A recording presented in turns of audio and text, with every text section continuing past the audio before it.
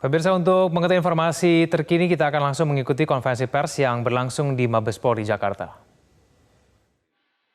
Kemudian ada 3 buah mortir sedang, ukuran panjang 75 cm, diameter 80 cm. Kemudian 8 buah mortir kecil, ukuran 30 cm, diameter 25 cm, dan 1 buah bom ranjau, ukuran panjang 55 cm dan diameter 80 cm. Ini yang memicu terjadinya ledakan di barang bukti penyimpanan handak kisah Perang Dunia Kedua. Kemudian langkah yang dilakukan oleh kepolisian, kita sudah melakukan sterilisasi yang langsung dipimpin oleh Bapak Kapolda dan Kasat Bidum Polda Jateng. Kemudian saat ini fokus melakukan pendinginan terhadap tidak untuk kemungkinan masih ada sisa handak yang masih belum meledak. Kemudian langkah yang berikutnya melakukan pendataan kembali apa yang menjadi kerusakan dampak dari ledakan tersebut, sambil menunggu tim Jibom dari Pasgegana Korwil Polri hari ini sudah terbang ke Jawa Tengah untuk melakukan penjinakan, kemudian melakukan sterilisasi, dan kemudian nanti apabila masih diketemukan handak-handak yang cukup berbahaya, langkah selanjutnya akan dilakukan disposal. Disposal tersebut tentunya sangat tergantung pada situasi dan aspek keamanan. Ya, untuk korban jiwa tidak ada. Korban yang mengalami kelukaan hanya Kadien Gegana Polda Jawa Tengah mengalami luka di kepala akibat pecahan kaca yang diakibatkan dari dampak ledakan yang cukup kuat, khususnya di sekitar Makobrimob tersebut. Dan terus kita melakukan pendataan juga rumah-rumah warga mungkin yang mengalami kerusakan dampak daripada ledakan tersebut. Situasi masyarakat sudah cukup tenang di sana. Kemudian proses pendinginan dan pemadaman dilakukan oleh 7 unit kendaraan damkar juga sudah selesai, sambil menunggu tim dari Jibom dan Pasgegana Makobrimob hadir untuk melaksanakan olah TKP dan sterilisasi. Itu sementara yang bisa saya sampaikan sambil menunggu perkembangan lebih lanjut hasil dari olah TKP, ya, untuk memastikan secara komprehensif apa yang menjadi penyebab utama ledakan tersebut.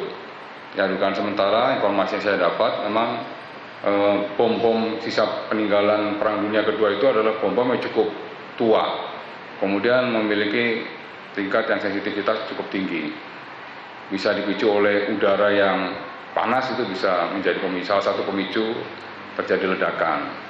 Namun demikian, untuk hasil secara saintifik apa yang menjadi faktor penyebab ledakan tersebut nanti dari Jibom akan mengecek sama tim dari Inavis.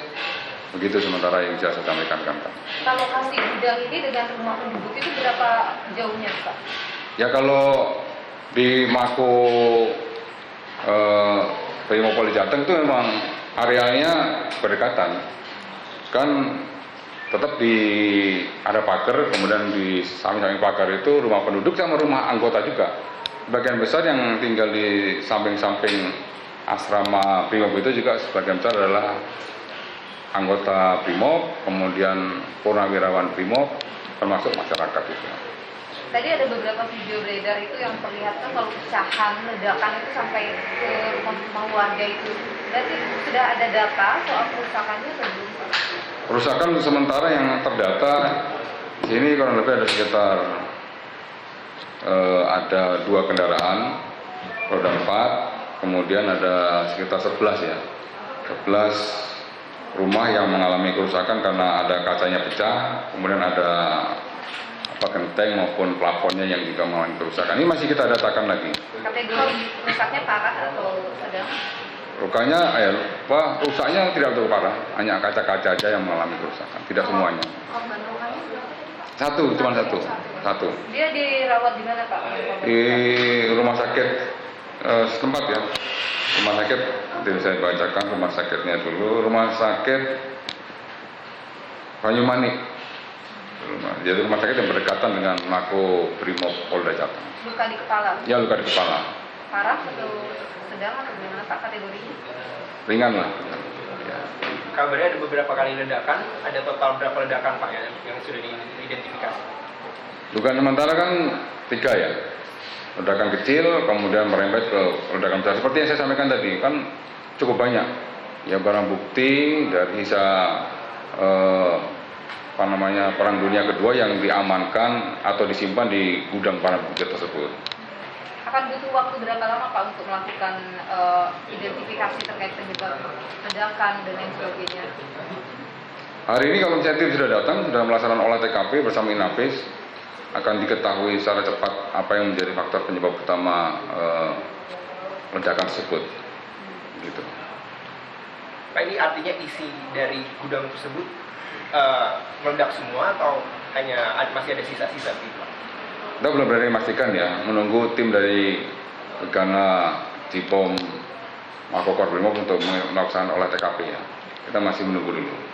Pak, ini kan ada beberapa gudang ya Pak, ada gudang amunisi. Ya. Yang dipastikan yang terbakar hanya gudang Ya, gudang khusus untuk penyimpanan barang bukti handak temuan dari masyarakat sisa Perang Dunia Kedua.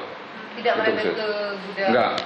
Jadi memang standar operasional prosedur untuk penyimpanan itu harus terpisah.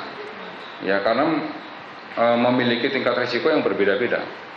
Bom-bom yang sudah tua ini kan cukup rentan ya dibanding bom-bom yang dalam kategori baru. Dia memiliki pola penyimpanan tentunya yang lebih safe dibanding bom-bom sisa Perang Dunia Kedua ini begitu. Pak, kalau dilihat kan ledakan terjadi di pagi hari gitu Pak. Kalau dipicu Ya. oleh panas ini sepertinya masih jadi pertanyaan Ya. gitu. Apakah ini berkaitan dengan kelalaian begitu dalam proses penyimpanan barang bukti yang kalau dikatakan tadi kan memang sangat sensitif Ya. gitu. Kita masih belum berani memastikan ya.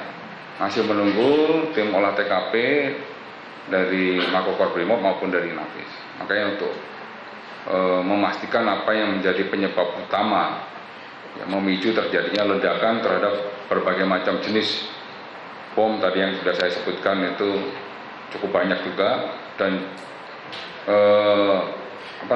cukup besar juga dia bentuknya. Oke, cukup ya rekan-rekan. Nanti ada hasil lagi saya infokan lagi. Oke, terima kasih rekan-rekan.